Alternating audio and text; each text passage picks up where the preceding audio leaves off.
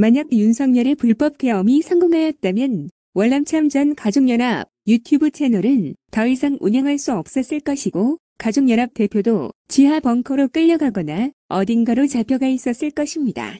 그리고 월남전 문제 해결은 윤석열의 독재 정권으로 인해 그 해결은 요원하였을 것이고 묻혀버렸을 것입니다.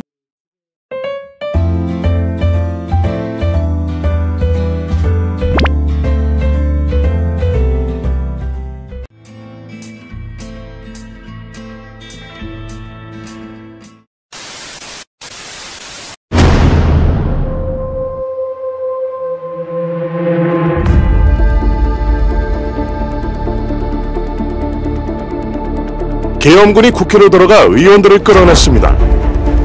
결국 비상계엄 해제 요구 결의안은 부결됐습니다. 계엄군에 의해 체포된 의원들이 수방사 지하 벙커에 구금되었다는 제보가 들어왔습니다. 이재명 더불어민주당 대표가 국정원에 납치되어 행방이 묘연한 상태입니다. 그와 함께 우한식 국회의장을 비롯해 정치인들과 전직 판사들 또한 실종됐다는 소식입니다. 중앙선관위 직원들이 계엄군에게 잡혀가는 모습을 봤다는 제보가 들어왔습니다. 계엄사가 비상계엄에 반발하는 시민들을 반국가 세력으로 규정하고 영장 없이 체포합니다. 이 과정에서 격렬하게 저항하는 시민들을 향해 탱크가 들어오고 계엄군의 실탄 사격이 가해집니다. 계엄법 제7조 계엄사령관은 계엄지역의 모든 행정사무와 사법사무를 관장한다. 비상계엄에 저항한 의원들은 군사법원의 재판을 받는다. 계엄사가 언론과 SNS 커뮤니티, 일부 유튜브 채널을 폐쇄했습니다. 계엄사가 의료 현장을 이탈한 의료인들을 체포하고 이들을 계엄법에 의해 처단한다고 밝혔습니다. 계엄으로 인해 각종 경제 지표들이 무너지고 자영업이 붕괴되고 있습니다. 대한민국의 정치, 경제, 문화 등 모든 영역이 무너졌습니다. 국민 여러분, 우리 살아남으시길 바랍니다. 저는 끝까지 싸울 것입니다. 대표님. 긴급 속보입니다. 2차 계엄이 선포됐습니다.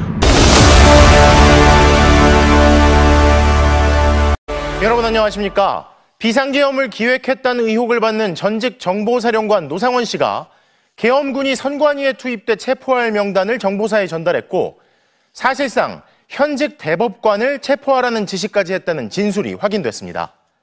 계엄군이 체포하려 했던 인물은 중앙선거관리위원장인 노태학 대법관입니다.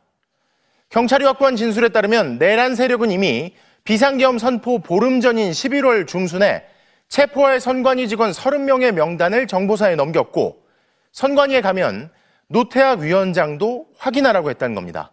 첫 소식 조희영 기자의 단독 보도입니다. 계엄 선포 보름 전인 지난달 17일 국군 정보사령부 정모대령은 같은 정보사 소속 김모대령으로부터 A4 용지 10장 분량의 서류를 전달받았습니다. 두 사람은 롯데리아 계엄 회동의 참석자로 판교 정보사 사무실에 대기한 특수요원들을 선발했습니다. 계엄이란 글씨가 적힌 서류의 출처는 노상원 전 정보사령관. 김 대령은 정 대령에게 서류에 있는 부정선거와 관련한 선관위 명단과 본인이 할 일을 메모하고 파기하라고 말했습니다. MBC가 입수한 정 대령의 경찰 진술서에 따르면 서류에는 전산부서, 정보보호부서, 여론조사 심의위원회 등 선관위 각 부서 직원 30명의 명단이 적혀 있었고 정 대령에게는 이들이 출근하면 회의실에 가두는 임무가 부여됐습니다. 계엄 선포 이틀 전에 열린 이른바 롯데리아 계엄 회동에서는 노태학 선거관리위원장을 체포하라는 지시가 내려졌습니다.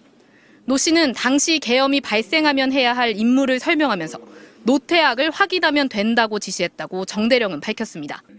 12월 3일 계엄 선포 직후에는 문상호 정보사령관이 다시 선관위 직원 체포 명단을 보여줬습니다.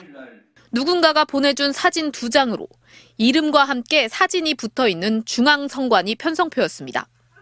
2-3명을 제외하고는 노상원 씨가 전달한 명단과 달라 문 사령관에게 얘기하자 문 사령관은 다음 날 아침 인사과에 가서 명단을 확보하라고 지시했습니다. 대기 중이던 요원들에게 임무를 알리자 선관위 직원들이 저항하거나 얼굴을 알아볼 경우에 대한 우려가 나왔고 케이블 타이나 두건, 마스크를 사용하자는 의견이 있었지만 문제가 될 수 있다고 판단해 2인 1조로 회의실로 데려가는 것으로 결정했다고 정 대령은 경찰에서 진술했습니다. 케이블 타이로 손목을과 발목을 묶고 두건을 씌워서 데리고 오라.